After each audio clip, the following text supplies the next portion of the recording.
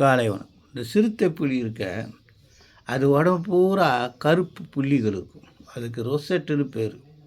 அது ஒரு ஒரு இடத்துல ஒரு ஒரு சைஸு, திக்னஸ்ஸு, ஷேப்பு மாறும். அதனுடைய முழு பாடி பூரா அந்த புள்ளிகள் இருக்குமா.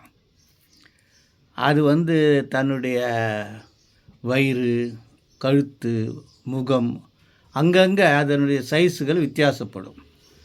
இந்தியாவில் இருக்கிற சிறுத்தை புலிகளுக்கு வலிமையான கால்கள், நன்றாக வளர்ந்த சக்தி வாய்ந்த வால்,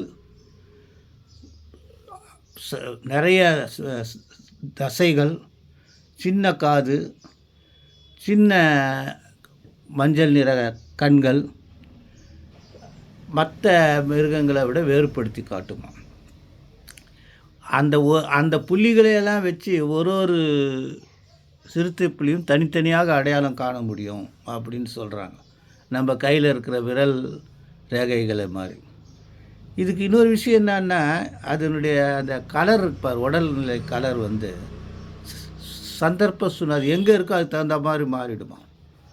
எப்படின்னு கேட்டால், காடுகளில் மங்கி இருக்குமா, இது பாலைவனங்களில் குளுமையான இருக்குல்ல கொஞ்சம் கிரேவாக இருக்குமா. அப்புறம் மழைக்காடுகளில் ஆரஞ்சு கலரில் இருக்குமா.